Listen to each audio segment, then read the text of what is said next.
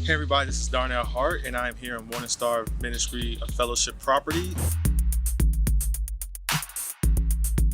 And today, this is my final lesson, and we're going to just basically talk about the moment when David stepped in the battlefield. He went out to did what his father told him to do and say, hey, go give your brothers this food because they're out there in war. It was an ordinary day. I don't know if David woke up knowing that today he was going to walk into his Kairos moment. So therefore, every day we have to walk with a sense of expectation. We have to walk with a sense of hope, knowing that this is the day that the Lord has made. I will rejoice and be glad in it. Who is this pagan Philistine anyway that's allowed to defy the armies of the living God? And when I read that, it just shows you the heart of David. His father didn't even consider to be a king. In the same pretext, in the same verse, his brothers were kind of giving him mouth like, why are you here? Why you just here to to cause trouble? As you get closer to that Kairos moment, as you get closer to that God's calling you to be, warfare is going to ratchet up. I believe it was the daughter in Matthew, and this is Mark 5 or this is Mark 6. Jesus pretty much, he kicked out the other people because they had unbelief. So Jesus like, she's not dead, she's sleeping. But everyone else was like, laughed at him. So therefore, I feel like Jesus looked around, okay, all of y'all get out because now y'all have unbelief. So therefore, do you believe that you're going to walk into your kingdom destiny? Do you believe that certain things are going to happen in your life? If you don't believe it, then you can't receive it. And that's where it all boils down to. This whole life, this whole thing that we're doing is based down to belief.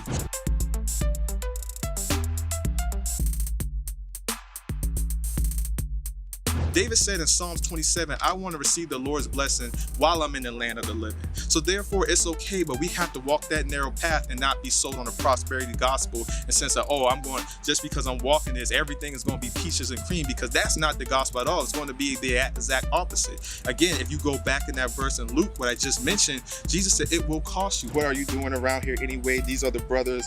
What about those few sheep you're supposed to take care of? I know your pride and you are deceit. Again, they're trying to get David to go back to what he was used to. They're trying to get David to go back to, you're not going to defeat this giant. You're a sheep herder. Go back taking care of the sheep. And people are going to say that to you. You're not supposed to be here. And therefore, you have to be able to plant yourself firm and look them in the eye and say, no, I'm supposed to be here. I'm going to walk in my purpose. I'm going to walk in my destiny. And you can do it in a way that's confident, not arrogant. And you have to ignore those naysayers. They were armoring David up. They're putting this armor on David. Okay, we'll send you out there. All right, young man, you go ahead and do your thing. So they're armoring him up, and David was trying, he's feeling himself. He's putting the armor on, but he's like, nah, I can't wear this. Even though now that the people may see you, they see, okay, we want you to do it. Sometimes people want you to do the thing God's told you to do their way. And therefore, you have to be like, nah, I'm going to do this my way. I'm going to do it the way that God has told me to do it. You come with me with the sword, spear, and the javelin, but I come to you in the name of the Lord of hosts, the God of the armies of Israel, who you defy. Today the Lord will conquer you, and I will kill you and cut off your head.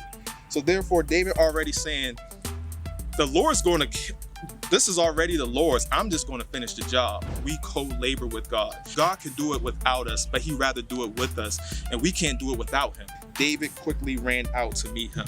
At that moment, it wasn't like am I supposed to be here? Or like, nah, David was like, let's go. It's game time. When people see you step up, when people see you walk in your spiritual authority, you're going to ignite a fire. And it's like, I want to walk in my spiritual authority. And then you set a fire, set a fire, set a fire, set a fire. And when all that fire gets set, what do you have? Revival. When all that fire gets set, you have change. You have the very thing that God's trying to bring forth in this world, becoming the beloved and knowing that you're the beloved. So know that today. And that is my time with you guys. I hope this was a blessing to you guys. I hope that, again, go through these, see where the Holy Spirit leads you, and God bless.